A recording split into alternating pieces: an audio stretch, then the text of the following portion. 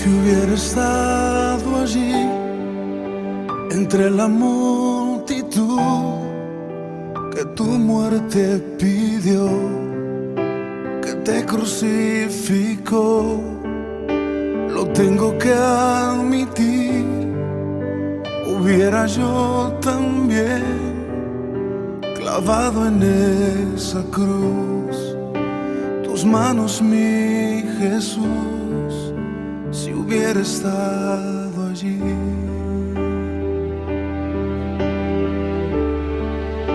Pensándolo más bien, también yo estaba allí.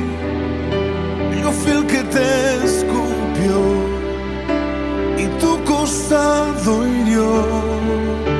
Pensándolo más bien,